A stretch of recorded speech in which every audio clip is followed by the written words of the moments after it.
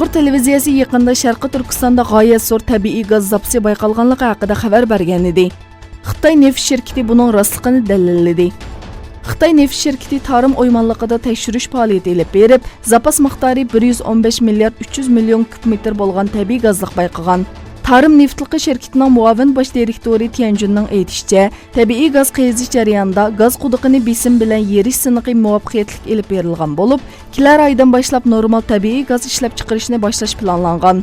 Bu haqda bayonot e'lon qilgan Sharqi Turkiston uchur markazining raisi Abdujalil Qarqash apandi, Sharqi Turkistonning yerosti boyliqlari jihatda dunyoda oldingi qatorda turganligini, Xitoyning dal bu sababli rayonni ishg'ol qilib, Uyg'ur va Qozoq qatorliq yerlik xalqni qirg'in qilib, ularni bostirayotganligini bildirdi. U mundaq dedi: Xitoy dunyodagi eng chong energiya iste'molchisi. Sharqi Turkistonda neft va tabiiy gaz bilan birga oltin, kumush, uran va ko'mir boyliqlari mo'l. Xitoy bu sababli rayon xalqini qirg'in qilmoqda.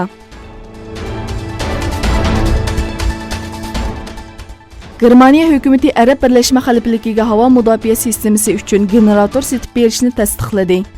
Germaniya DPA agentligining xabar qilishicha, bosh ministr Angela Merkel riyosatchiligida ochilgan Federatsiya xavfsizlik yig'inida Arab Birlashma Xalifligiga havo mudofaa sistemasi uchun ishlatiladigan generator setib berishni tasdiqladi.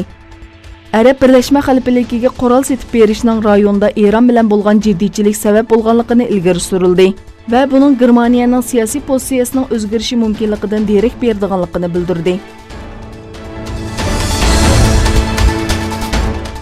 Hong Kong bosh ma'muri Carrie Lam Hong Kongda 4 oydan buyon davomlashayotgan namoyishlarda namoyishchilarning maska taqishini chekildi.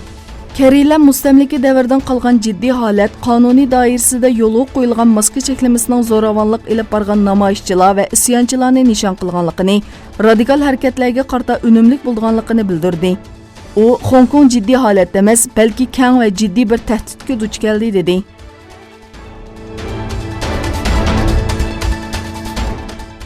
Rus muxbiri Eron poytaxti Tehronda qo'lga olindi.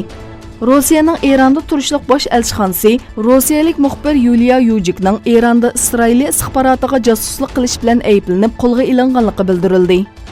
Bayonotda rossiyalik muxbir Yuliya Yujikning ayoli bilan Eronga borganda aerodromda pasportining musodir qilinganligi, mehmonxonaga borganda bo'lsa Eron inqilob qo'g'dinish armiyasiga tava bir guruh tarafidan tutib ketilganligi va keyincha qo'lga olinganligi bildirildi.